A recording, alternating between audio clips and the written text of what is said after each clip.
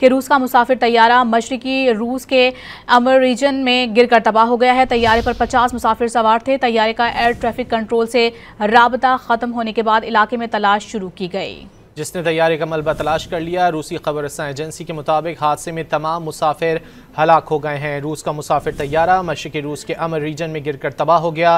तैयारे पर 50 मुसाफिर सवार थे। तैयारे का एयर ट्रैफिक कंट्रोल से राब्ता ख़त्म होने के बाद इलाके में तलाश शुरू की, जिसके बाद तैयारे का मलबा तलाश कर लिया गया। रूसी खबरसां एजेंसी के मुताबिक हादसे में तमाम मुसाफिर हलाक हो गए हैं।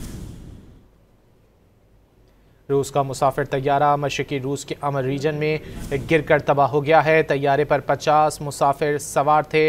मनाजिर आप इस वक्त डॉन न्यूज़ की स्क्रीन पर देख सकते हैं। ये वो बदकिस्मत तैयारा है जो कि रूस के अमर रीजन में गिरकर तबाह हुआ है। तैयारे पर 50 मुसाफिर सवार थे। तैयारे का एयर ट्रैफिक कंट्रोल से राब्ता ख़त्म हो गया था, जिसके बाद उसकी तलाश की गई थी।